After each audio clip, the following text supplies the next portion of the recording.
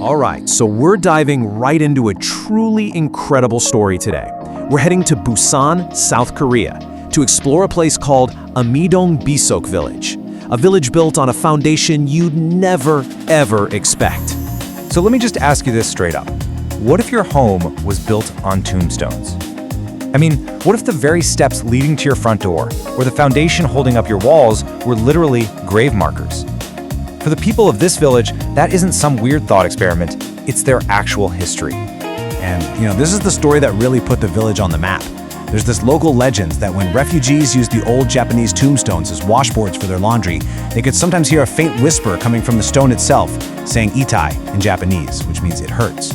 It's a seriously chilling story, and it's what made this place a destination for so-called dark tourism. And yeah, the stories don't stop there.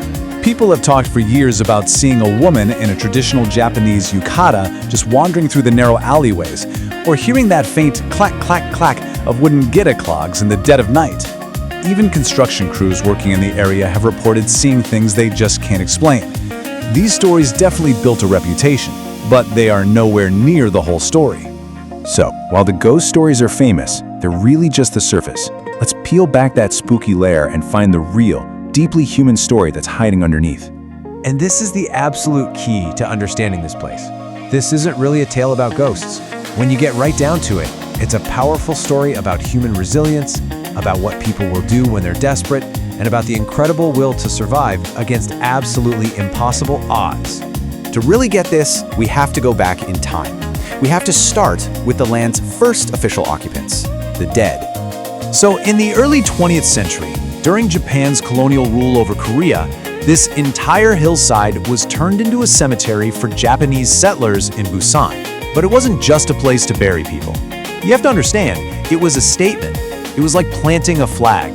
It was a symbol of permanence, saying, we are here to stay for generations. And we're not talking about a simple graveyard with a few headstones. No, this was a place where prominent, wealthy members of the Japanese community built these large, elaborate tombs. These were monuments, really, designed to show off status and to last for centuries. The whole area was dedicated to the memory of the dead. But, as we know, history had other plans. And then, everything changed. With the end of colonial rule and the start of a brutal war, the entire purpose of this land was about to be completely rewritten by a brand new group of inhabitants, the desperate. Just look at how fast this all happened. In 1905, the cemetery is established. Fast forward to 1945, colonial rule ends, the Japanese settlers leave, and the cemetery is abandoned. Then, just 5 years later, boom, the Korean War kicks off and Busan is flooded with refugees who have nowhere else to go. By 1952, it was already home to about 100 refugee families, living right there among the graves. So you end up with this incredible, almost poetic contrast, right? For one group, this land was a place for the dead. It was a symbol of stability, the end of a life. But for the refugees who came next, it became the absolute opposite, a place for the living, a space of possibility, born not out of choice, but out of sheer, raw desperation. And this quote, I think, just says it all. When your survival is literally on the line, a place that most people would find terrifying or taboo, well, it becomes something else entirely. It becomes an opportunity.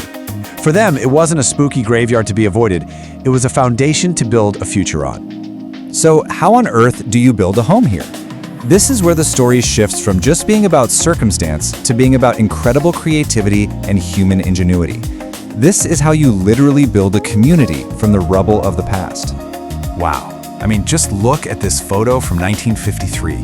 It's incredible. You can see it so clearly. Up on the hill, there are still some of the original tombs. And then, nestled right in between them, you see the beginnings of a village, little tents and makeshift shacks. This is that exact moment of transformation, a space for the dead being reclaimed by the living. And of course, this didn't all happen overnight. It was this slow, organic evolution. First, you've got simple tents, whatever people could get their hands on. Then, they started building wooden shacks, often using wood and materials they salvaged from the tombs themselves. By the 1970s, as things got a little more stable, people built more permanent houses out of concrete blocks. And eventually, many built the modern, multi-level homes you can still see today, a real testament to how far they'd come. And this is the part that I find absolutely fascinating. It's the mindset. The gravestones, the stone bases of the tombs, all the fixtures, they didn't see these things as obstacles to be cleared away. Not at all. They saw them as a resource. They became staircases, foundations, retaining walls. Nothing was wasted. It was this act of profound practical repurposing. And this really brings it all home, doesn't it? For the kids who grew up here, this wasn't some spooky cemetery. It was just their neighborhood. One former resident remembers it simply as the place where they played. You know, playing with balls and jumping rope. They didn't see ghosts, they saw a playground. It just humanizes the whole experience in such a powerful way. And you can see it right here in the numbers. Look at that total population growth.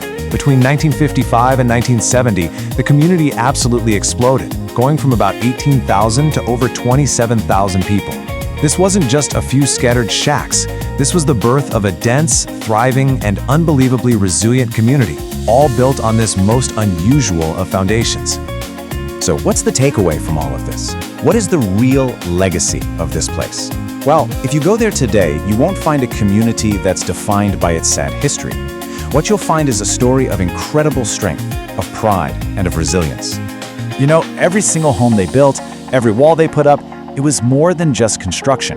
Researchers describe it as this deliberate process of erasing the memory of the cemetery.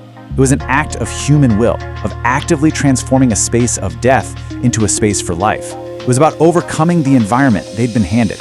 And you hear that pride loud and clear in their own words. Listen to this quote from Song Pil-sun, a resident who raised 5 kids there on her own as a widow. She said, "I built this house without any help, just me alone." That is not a story of suffering. That is a story of immense personal achievement. And this really gets to the heart of how the residents themselves see their own past. For them, the hardship wasn't just something they had to suffer through. It was the very thing that forged their strong community bonds. Those small, cramped homes weren't just symbols of poverty. They were the places where they successfully raised their kids, got them an education. They've reframed those memories of struggle into success stories, stories of providing for their families, no matter what. And all of this brings us to one last question to think about. When we look at Amidang Bisik Village, what do we really see? Is it just a dark, tragic place with a spooky past? Or is it something else entirely? A bright, living monument to the incredible, unstoppable power of human survival.